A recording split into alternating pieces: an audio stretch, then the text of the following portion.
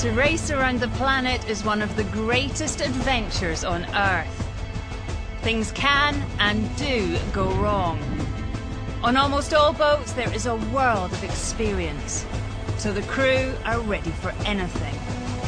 But one team are preparing to take on the Volvo Ocean Race, with those on board playing a totally new game.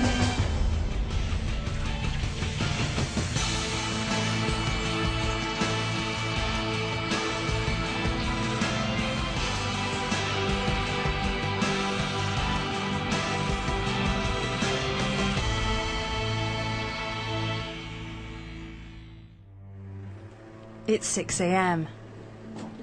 Here in Lanzarote, these sailors are about to find out if they have made it or not. All are trying to be selected for the classic round the world race. A professional crew is being assembled, the like of which has not been seen in the race for over a decade. It started life as the Whitbread round the world race back in 1973. As pioneers set out on the first ever crewed yacht race around the world. 3 lost their lives. Now, 10 editions later, the Volvo Ocean Race is established as a sporting major. The sailors no longer pioneers, but hard, tough athletes.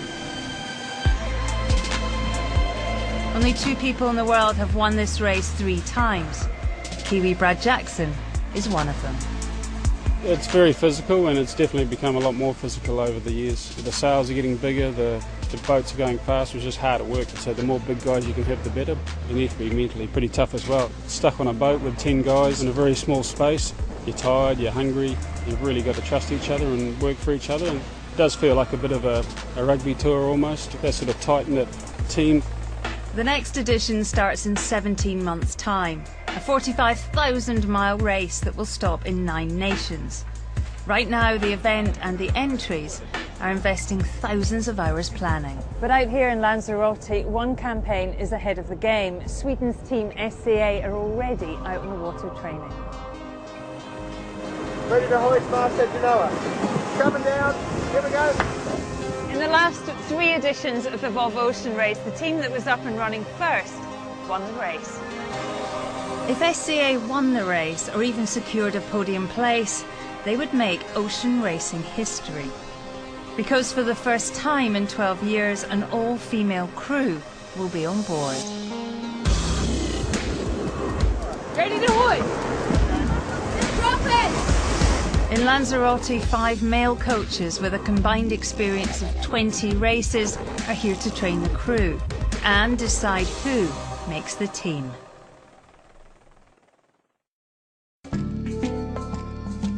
Okay guys, plan today, do some sort of up-downs as we did that previous session, some tacking upwind, some jibing downwind. Brad Jackson is in charge.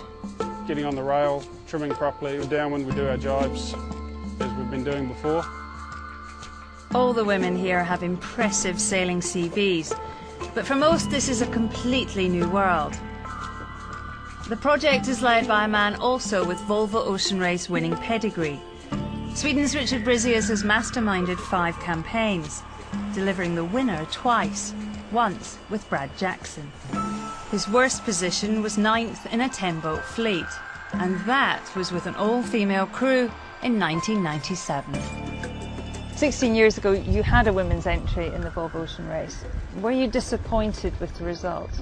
No, not at all. I think they did a fantastic effort, but I was, even though it was at the end of the result list, but I was disappointed that it didn't lead into a new generation of women offshore sailors that would take off for good, because it effectively stopped 4 years later. In the last 3 editions of the Volvo Ocean Race, there have been no entries from an all-female team.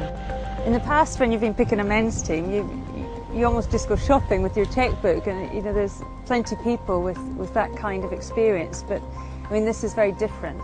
The experience gap is enormous between the crewed offshore racers in the male world and the crewed offshore racers in the female world, which effectively are non-existent, since it's 10 years ago since we had a boat with only women in this race.